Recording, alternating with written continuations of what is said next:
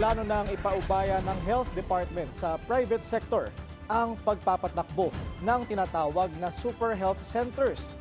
Kasunod ito ng pagkadiskubre ng mga non-functional na pasilidad na nasa kustodiya raw ng mga LGU. Ang detalye sa agenda report ni Pierre Pastor. Ito ang health center sa Tawiran, Obando, Bulacan. Malaki at maganda ang struktura, pero mahigit isang taon nang nakatenga. Isa lamang ito sa 312 na super health centers na non-functional at hindi napapakinabangan.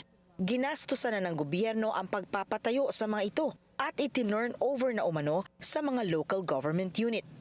Isa pa ang ipinakita ng DOH sa konsepsyon sa Marikina City na ayon sa records ay completed na, pero nang datnan doon ay talahib at walang nakatayong super health center.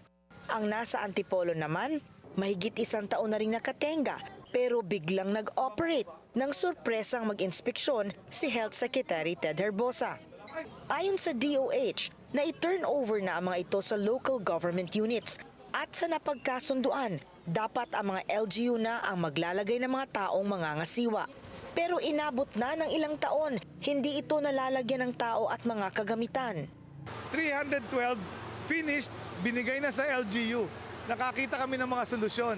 Yung ibang solusyon, inutusan ko yung LGU, kunin yung tao dun sa lumang barangay health station at ilipat na lang dun sa bagong super health center at i-operate na.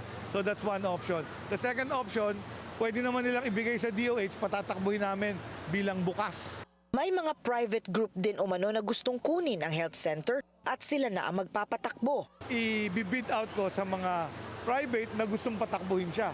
Magtatagal lamang daw ang implementasyon ng mga naisip na solusyon dahil iisa-isahin pa ang mga LGU para maibalik sa DOH ang custody ng mga super health center. Kaya naman goal ni Secretary Herbosa sa pagpasok ng 2026 na asikasuhin na ang mga health centers na ito.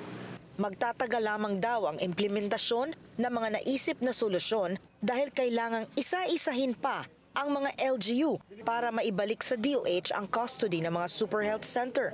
Kaya goal daw ni Secretary Herbosa sa pagpasok ng 2026 ay asikasuhin ang super health centers. Banat naman ng Alliance of Health Workers, paano raw sila maiengganyo na magtrabaho sa mga health center kung hindi inaayos ang kanilang kompensasyon. Ang tanong naman po, sino po kaya ang, sorry sa word ko, Ma'am Pierre, ang loko-lokong manggagawang pang-alusugan ang magpapadeploy no, sa areas na yan. Kung ang sahod mo ay hindi sapat para sa, alam mo yun, Opo. sa sarili mo mismo, no, sa pamilya mo mismo. Sino po yung, kung sa mga ospital nga po, kulang pa. Diba? Kinukulang po tayo ng staffing. Hindi nga po nila maggabuhan ng paraan yung contractualization. Para sa agenda, Pierre Pastor, Billionaire News Channel.